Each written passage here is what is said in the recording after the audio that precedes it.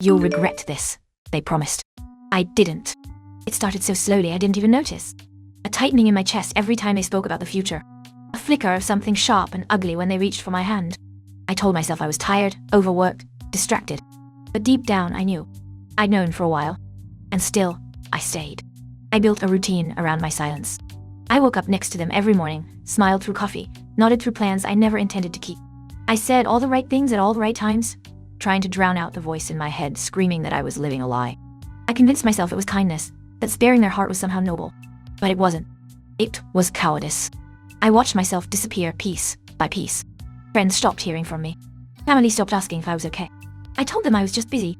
But the truth was, I didn't have anything left to give. I was pouring all my energy into keeping the peace, into holding together something that had already fallen apart. There were nights I sat in my car outside our apartment long after I should have gone inside. Nights I stared at my reflection in the rearview mirror, wondering who the hell I'd become. I used to be someone who spoke up, who stood my ground. Somewhere along the way, I let that part of me die. I thought about leaving more times than I can count. But every time I packed a mental suitcase, guilt unpacked it for me. They loved me. They trusted me. And I was destroying them in the quietest, cruelest way imaginable. I waited too long. I waited until the distance between us felt like a living thing, pressing on my chest, making it hard to breathe. I waited until I couldn't look them in the eye without feeling like a fraud.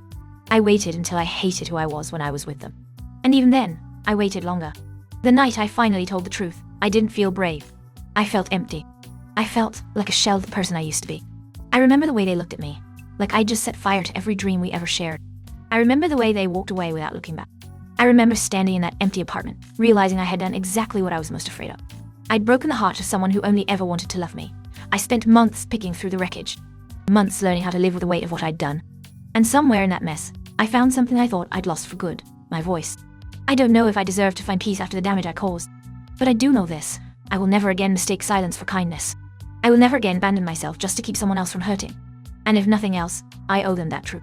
This was just the short version of the story.